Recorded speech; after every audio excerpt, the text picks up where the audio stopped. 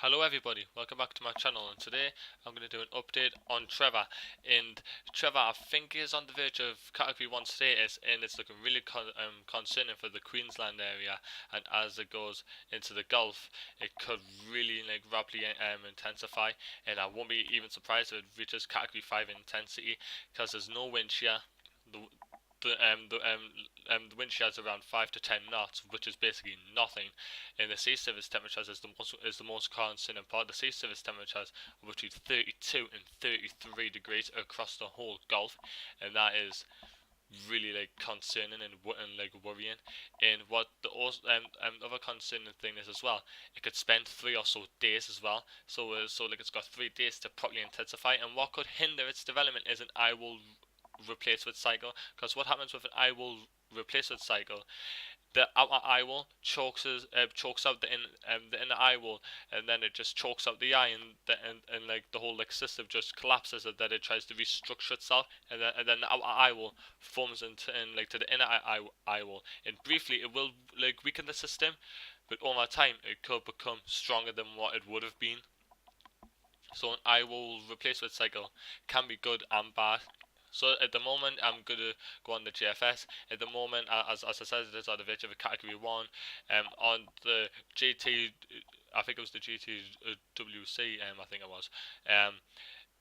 It's basically on the verge of Category 1 status. The pressures are 9882 millibars on tropical tidbits, they say anyway. Then as we go into tomorrow morning, Queensland's gonna get hit, and I could even see rapidly intensifying into a Category 1 to a 3, because at the moment the eye doesn't look as clear, but the CDO is very circular, so that's a sign to me it's starting to tighten up. And then once the eye clears out and once it starts to warm up, it could rapidly deepen, and the sea surface temperatures around the Queensland area and the coast is about 29 degrees, so it's definitely warm enough. Then obviously as we're going into Wednesday and then into Thursday evening, it's really starting to rapidly intensify in the Gulf. The GFS, it could be overdoing it because it tends to do that, but it's 915 millibars, and that's really intense. And at that stage, it could be a Category 5 already, because it could go rapid deepening, and it looks like it's going to go towards the west of the Gulf. And I'm I'm not too familiar with the populations around there, but I don't think there's much population around that area. And the last thing we want is to hit a populated area, because the last thing we want is fatalities. And if there is little villages around them areas, I would take precautions. I wouldn't evacuate yet, because we don't know exactly on the track. It could hit around here, and then it could hit around the Wesley Islands. It could hit the west of Australia, as it's shown, and it has been shown in the past few runs. But the yesterday run was more towards the east. So as I said, it could change still. But if you're on the south coast area, I would definitely keep an eye on the forecasting, and just keep an eye on it. But if in the day or so it starts to be more certain and more consistent, I would start to potentially evacuate the village if you can, if there's villages around that area, because storm surge could be in excess of maybe 2-4 meters high. It could be 12 feet. It could be pretty high, especially the higher the category.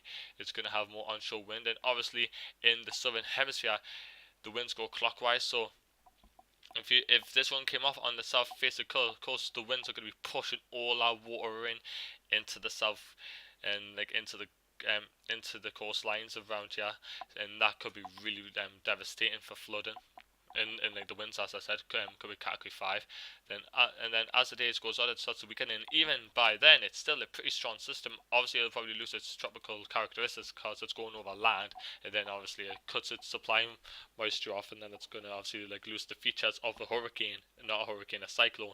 But it could still hold Category 1 winds even into Saturday morning. And this is really interesting. I've noticed this a few times in the few months. Sometimes it would show it and make it go away from land or get close, or something that hasn't formed. But recently I've noticed this system starting to develop, and it starts to turn in, in like it actually makes a landfall as a potential Category 4 or a Category 3 cyclone. So that's another thing to watch potentially. So that's very concerning from the GFS. The HWRF is a higher resolution model, and I prefer this model to most models because it's pretty well. It's more accurate when it comes to wind speeds and obviously pressure. As we go into Tuesday morning, it's going to make landfall on the Queensland area, the peninsula. The pressure's at 965 millibars, so it could reach Cat 1 or possibly a Cat 2 at landfall. Then as it heads into the Gulf, it really starts to get its act together, and as we go towards landfall, it's making a similar track to the GFS.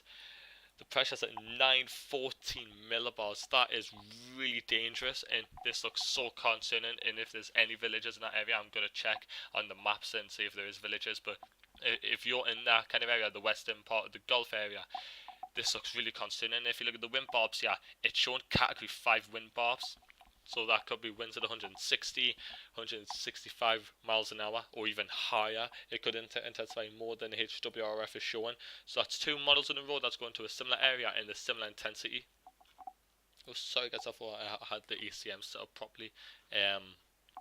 As the ECM is shown, actually I'm going to go on the 850 millibar wind speed, and as we go, obviously it's waiting. Well, this is clearly wrong. It's going to be stronger than that, and the pressure's a lot lower. It's going to go into the peninsula, and then it's going to rapidly intensify again. 936 millibars, and then it's making a similar track to the GFS again, and the HWRF. So it's it looks like the track's getting more certain, and it could be I'm guessing between a high-end Cat 3 to a major Cat 5 if this comes off. And this is the Joint Typhoon Warning Center here. Well, no, sorry. Well, it is the Typhoon Warning Center, but it's a cyclone. So it looks like basically towards landfall, it could reach winds of 110 knots, and I think that's underestimating it. I think it could go higher, and obviously this is the corner of uncertainty, so it could go anywhere between here and all the way towards the east. But I don't think it'll be like that far, and I think the corner is too wide, to be honest. But if you're any of these areas on the facing coasts, like up to these island chains here westwards, I would keep an eye on the system, and even all the way towards the eastern coast, you could see some blustery winds and some storm surge and high tides. Obviously, the GFS is going into the west coast of the peninsula in the Gulf. In the GFS, ensembles is quite well. It's still quite spread out. Like it's going only from the east to the west, but the majority is going towards the west at a pretty intense rate as well. If we look at the NOAA satellite and information service, let's look at the rainbow imagery of Trevor at the moment. Sorry guys, it might take a few seconds to load. As you can see, over the past few hours, it's really starting to get act together. It's starting to get more like symmetrical. The CDO is starting to really get more circular. The eye is starting to come out in those latest frames, but actually no, in the last latest frames it's starting to cloud over again. But the eye is still visible in it, and it could also start to clear out, and the cloud tops are still pretty intense as well. So as I said, guys, this is so concerning for the Queensland area and then the Gulf all the way along the coastline. So if you're in them sort of areas, just hunker down. Especially in Queensland, hunker down. Get all the preparations done. Especially if you're in the Queensland area, there's not much time left. And I think when it gets towards the western peninsula, where the population is, the majority of it should be weaker, but it could be still a Category 1 or a high-end tropical cyclone. So it still could be bad for rain and winds. If you're in that area, get all the preparations done. Just get to your safe spot in just hunker down and wait for the system to come past it. Especially when it gets into the Gulf, it's really concerning. It could become a Category 4 or a major Category 5. So yeah, guys, I hope you enjoyed the video. Please like, subscribe, turn on the notification bell so you never miss an upload in the future.